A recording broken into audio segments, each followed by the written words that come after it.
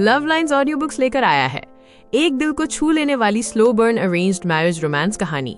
धीमी सुबह की नीली रोशनी, शांत कमरा और दो दिल जो अब भी एक दूसरे से अनकहा बहुत कुछ कहना चाहते हैं। एक छोटी सी बात, एक हल्की सी चोट और अचानक आरव का वो कदम जो आर्या के दिल में पहली बार भरोसे का उजाला भर देता है। रिश्तों के इस नाजुक मोड़ पर एक नजर, एक एहसास और कुछ अनकहे शब्द बदल देते हैं दूरी का मतलब, और शुरू होती है नजदीकियों की असली दास्तान। चैप्टर 6, दूरियां और नजदीकियां, जहां हर सीन दिल पर उतर जाता है और हर पल फिल्मों जैसा महसूस होता है। सुबह की हल्की नीली रोशनी कमरे में फैल रही थी।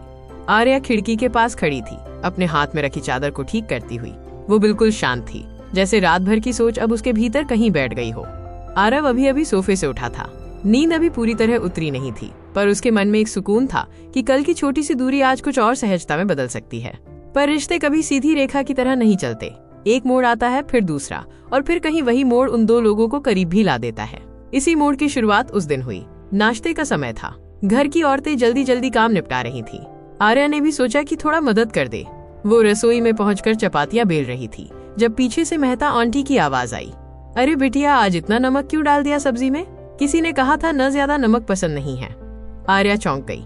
उसने तो सब्जी हाथ भी नहीं लगाई थी। वो धीरे से बोली, माँ जी, मैंने तो बस रोटी बनाई है, सब्जी मैंने नहीं छुई। पर आंटी ने जल्दी में शायद ठीक से सुना नहीं, या शायद अपने काम में उलझी थी। उन्होंने हंसते हुए ही कहा, ठीक है, अगली बार ध्यान रखना।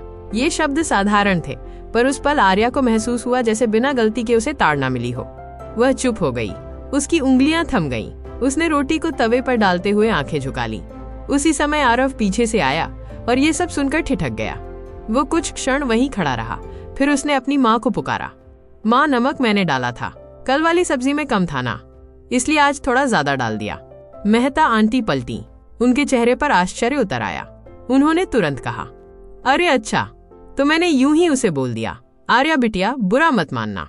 आर्या ने हल्का सा सिर हिलाया। नहीं माँ जी, कोई बात नहीं। पर उसके भीतर जो चुभन आई थी वो उतनी जल्दी नहीं गई।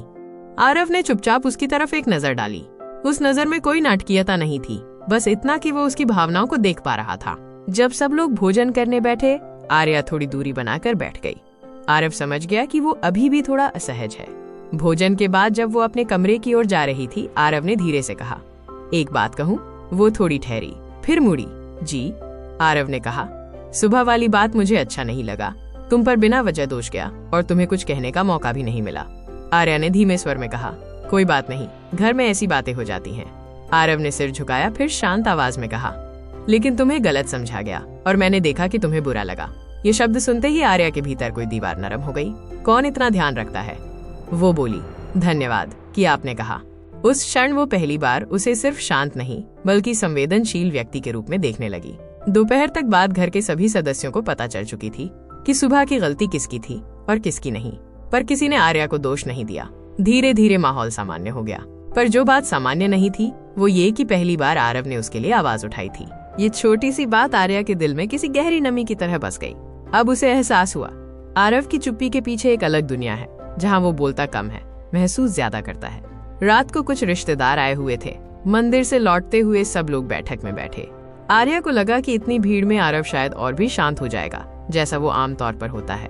पर आश्चर्य हुआ जब उसने देखा कि आरव सबके साथ हल्की फुल्की बातचीत कर रहा था, धीमे, विनम्र पर पूरी गर्मजोशी के साथ। बच्चों को वो गोद में उठाकर हंसाते हुए कह रहा था, सावधान, गिर न जाना, और बुजुर्गों से बहुत आदर के साथ बात करता था।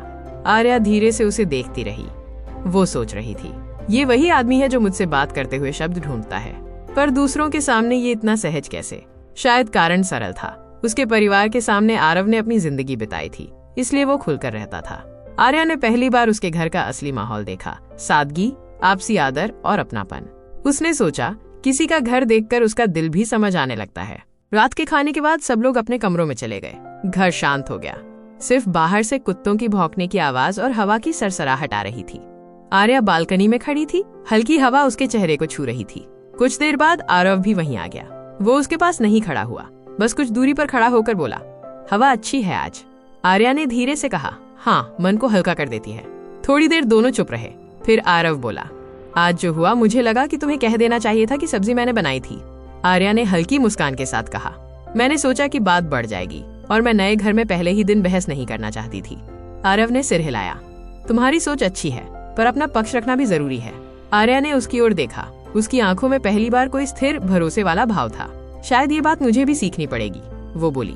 कुछ क्षणों बाद आरव ने पूछा, तुम्हें यहाँ अजीब तो नहीं लग रहा? आर्या ने गहरी सांस ली। थोड़ा, पर शायद समय के साथ सब ठीक हो जाएगा, आरव ने बहुत धीमे से कहा।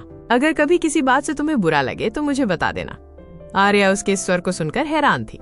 इतना शांत आदमी इतनी गहराई से बोल भी सकता है? हवा चलती रही, दोनों चुप रहे, पर इस चुप्पी में अब पहले जैसी दूरी नहीं थी। इसमें नरमी थी, एक एहसास था कि शायद वे एक ही दिशा में चलने लगे हैं। जब दोनों वापस कमरे में आए, आरव ने हमेशा की तरह सोफे की तरफ रुख किया, पर जाते जाते उसने कहा, अगर तुम चाहो तो आज सोफा मैं ले लूं, तुम्हें बिस्तर आराम देगा। आर्या ने तुरंत कहा, नहीं, सब ठीक है, आप जैसे हैं वैसे ही रहने दीजिए। उसके स्वर में पहली बार एक प्राकृतिक सहजता थी। वो अब उसके सामने संकोच से भरी हुई लड़की नहीं थी, बल्कि कोई जो धीरे धीरे उसके प्रति नरमी महसूस करने लगी थी। दोनों अपनी अपनी जगह लेट गए।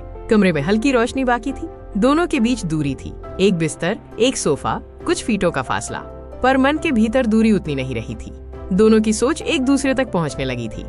आर्या ने आंखें बंद करते हुए सोचा, वो चुप है, पर वो मेरे लिए खड़ा हुआ, शायद वो मुझे समझ सकता है। और आरव ने करवट बदलते हुए कहा, वो मेरी बात सुनती है, मेरी चुप्पी को भी समझती है, शायद मैं उसके लिए इतना अपरिचित नहीं रहूंगा। उस रात दोनों ने पहली बार एक ही बात महसूस की कि दूरियां हमेशा दूरियां नहीं रहती, कभी कभी वे ही रास्ता बन जाती हैं नजदीकियों तक पहुंचने का। चैप्टर 6 समाप्त।